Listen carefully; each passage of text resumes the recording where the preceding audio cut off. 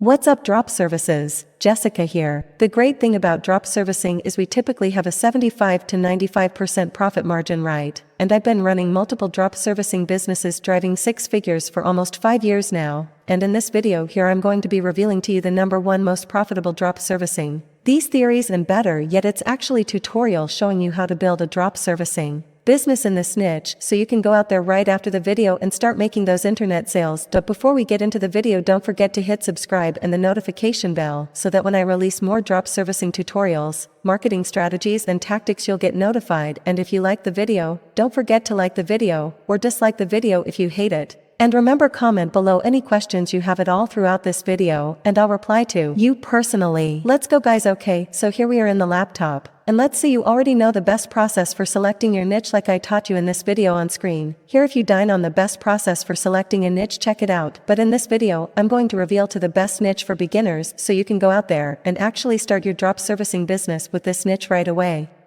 So the most profitable business for beginners should be highly profitable, of course, because if you're a beginner, you're probably not going to get a lot of sales right away. People per hour, freelancer.com, whatever you prefer really. And then what you're going to want to do is sign up, okay? So I recommend signing up to post a job. So add in your email address and ask for a work email address, but you don't need one of those. I might say, do you want to use a work one instead? Just click the button again and it will take you through to the next page. So what we're doing here is, I'm actually going to show you how to find different freelancers and look at their prices, and then we're going to go look at competitive prices to figure out what our offer and price should be on our website. So what you want to do once you've signed up is just type in animated video or animation, and you're going to see a bunch of different freelancers, okay? So you can go through and look at all of these. You can look at their reviews, that past work, see what they're charging, leave off quality, and what you could do is just talk them about how much they were charged for your competitors' videos, and it'll give you a good idea of how much they're going to charge versus competitors. But I've really gone about this process,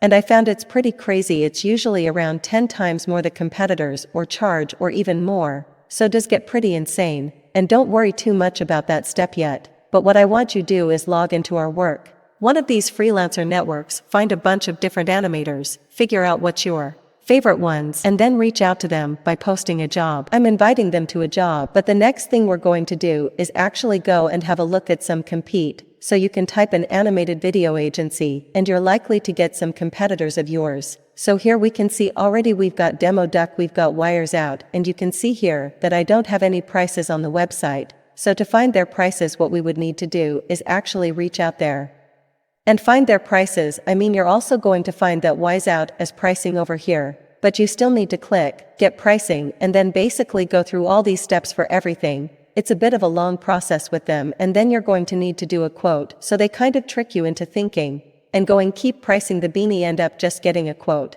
And most of them are going to require a quote, but if you search through enough competitors, you'll find a few websites. They're pricing directly on the website, and you can literally just grab the pricing from the website, compare that to the freelancers that you find on Upwork.com, and from there you can work out your price is right. As I told you guys many times in many videos, it's simply taking your competitive prices in your freelance, the costs, that's your profit margin. Then within that profit margin, you can select whatever price you like. Obviously, if you go at the higher price, each sale you get is going to have a higher level of profit margin.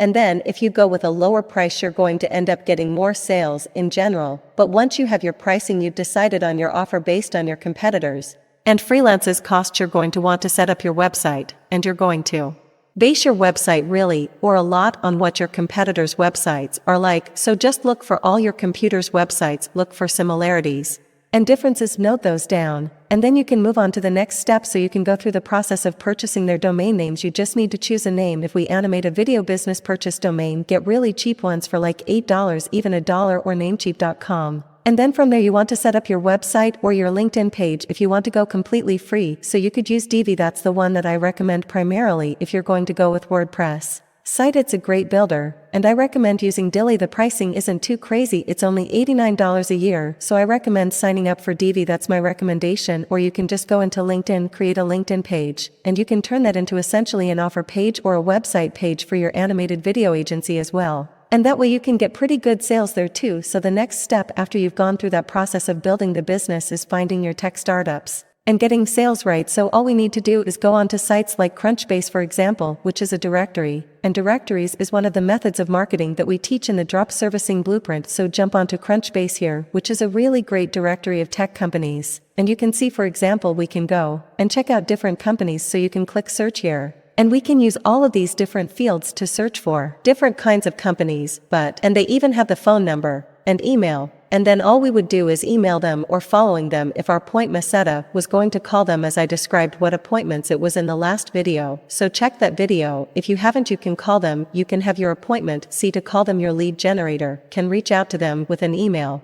And you're essentially is putting your offer in front of decision makers in order to give those potential opportunities to close a deal. But remember, in any offer you want to have a certain amount of urgency and importance around what you're doing, so you're more likely to get that sale. If you're just saying the same thing that every other animated video company out there is saying, you're going to get all the sales right. So what you want to do in order to figure out the best offer possible is continuously test new copy, be creative guys, come up with ideas, look at what other companies are doing in terms of their offers, and then put to give them the best offer over time. It does take time, but if you go through this process, if you just build your simple animated video business using that process I showed you there, and then you go into Crunchbase to find phone numbers and emails, and with enough volume of sending messages to these companies, you're going to get some good sales for your animated video agency. But from there, you're going to need to deliver the service right once you give that first sale. And with an animated video agency, it's really simple. So with any drop servicing business, remember guys, I don't recommend you work with the freelancers on the network over time. Maybe the first 3 times of a project you can work on them for a few times, a few different gigs for different projects that you have for them. But after a while, you're going to want to take them off of the freelancer network so you can build a real long-term team full of real business. Otherwise, the freelance network is going to have all of the power. You're going to be paying the free so more than you would need to because of the fees that they have to pay on these networks. But of course, it's good to start off with the near words in the beginning, just because you have a bit more security being on those networks, okay?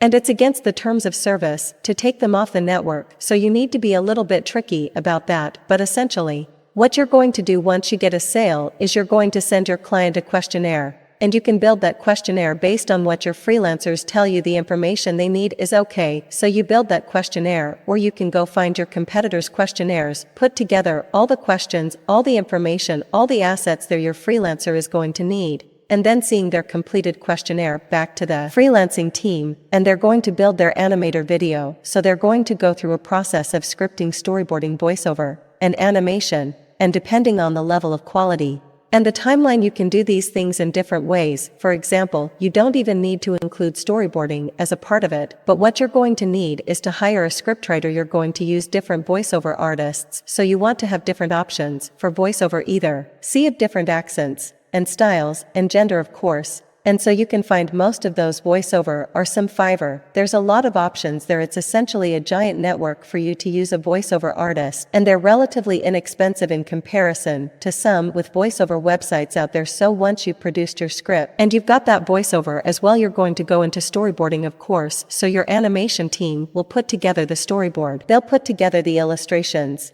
and then I'll do the animation. So you only need an animator. From there, you need a scriptwriter, voiceover alias, and an animator. All of those can be found on Upwork.com, freelance.com. And then from there, you're pretty much good to go. You're going to have that question you filled out the beginning the project. Then you're going to go through those steps.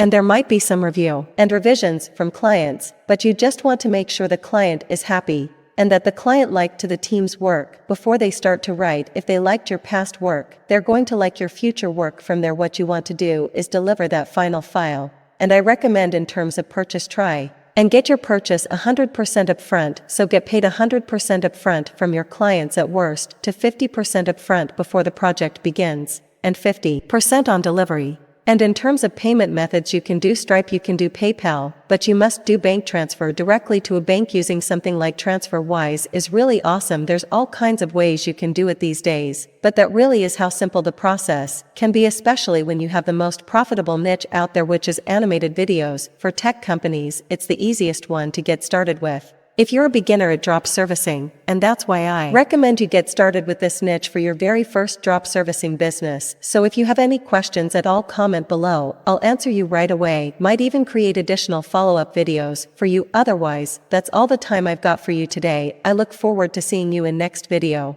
and I'll talk to you soon.